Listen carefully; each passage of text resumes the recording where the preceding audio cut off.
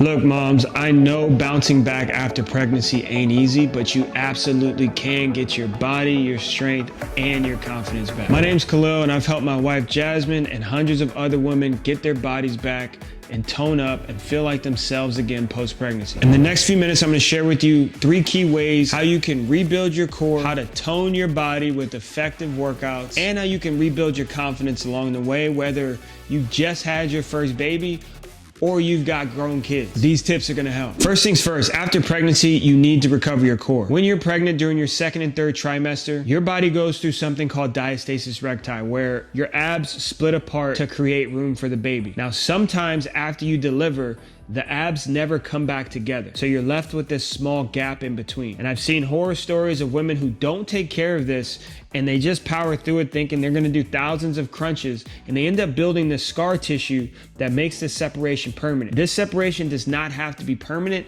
if you take care of the foundation first. Before Jasmine got to get back to doing the workouts we have her do now, we had to do core rehab. We had to close that gap before we could actually introduce the strength training workouts that we do now. So with our women that we work with, we go through something called the Baby Belly Blueprint. Basically what you wanna focus on is re-strengthening your pelvic floor muscles, doing floor exercises, breathing exercises, things like pelvic tilts, bridges, bird dogs. The goal here is not about aesthetics. It's about rebuilding a strong foundation first. Now, if you're someone who worked out before pregnancy, this can feel like you're not doing shit because the workouts feel very, very easy in the beginning, but it's also super, super important to make sure that you can bind this back together so you can get back to lifting how you used to. And if you're someone who never worked out in the past, these can feel kind of intense, especially as you start to increase the intensity of these workouts. You'll notice that the gap really starts to bind back together and the momming pouch start to shrink down just because of that. But also you'll start to notice that your posture improves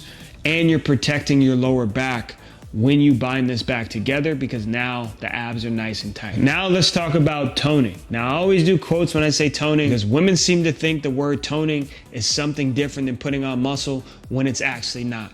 All toning is removing the fat so that you can reveal the muscle that's underneath. The thing you have to think about when it comes to getting toned, if you have no muscle underneath, there's not gonna be anything that shows. So you have to focus on doing effective workouts that are gonna build muscle first so that you can actually get toned. To build muscle, you don't have to do all these crazy movements. If we focus on just compound movements, don't be scared of getting big and bulky. You need this muscle if you're going for that look. Postpartum, you can start with just body weight versions of these. This can be body weight squats, body weight lunges. Jasmine has a great hack when it comes to push-ups. If you're not even able to do the ones with your knees down, you can put a band across your elbows. That one will really help you out. You can really do these anywhere. You can do these while the baby's down for a nap, while you guys are watching TV. It just depends at the end of the day how bad you really want to change your position and how bad you really want to change your body to get back to that pre-pregnancy weight. Another easy way to get started, depending on how old your baby is playing with your kids. If your kid's old enough to go to the park and play, if you go to the park and play with your kids, you'll start to notice that your steps on your watch tend to go up much, much higher when you're chasing the little guy or girl around. Now you're getting that activity and it doesn't necessarily feel like a workout, but you are moving your body. That is a step in the right direction. So building things like that into your daily routine can really start to kickstart your journey. And finally, let's talk about the most important part, getting your confidence back. I know when Jazz first had our son, confidence was in the tank, right? Because she went from being this, fashion and beauty influencer to now when she looked at herself in the mirror, she's constantly tearing herself down, constantly trying to hide her body from everybody. So confidence was non-existent at that point. And I've seen so many moms struggle with this after pregnancy because you guys sacrifice yourself for 9, 10 months. And all of a sudden after the baby comes out, you realize, hey, all that baby weight didn't go with the baby. And now I have all this loose skin. I have all this weight that I gained to keep the baby healthy during pregnancy.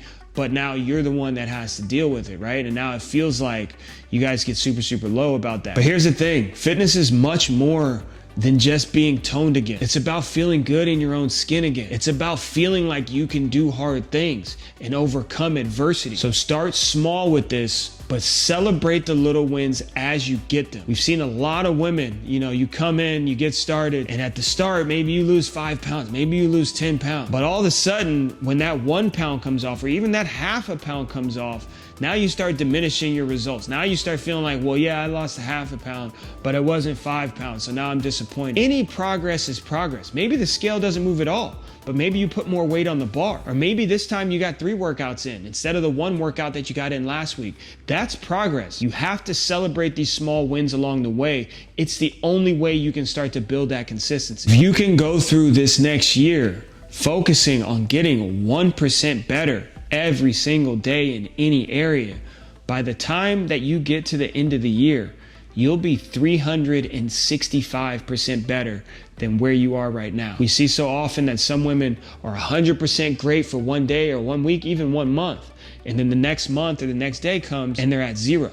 Right? And it's this up and down kind of journey. You start and you stop and you end up yo-yo dieting back and forth and become super frustrating. And you kind of start to feel like, fuck it, right? Why am I even doing this? You can slowly and surely start to stack those 1% up.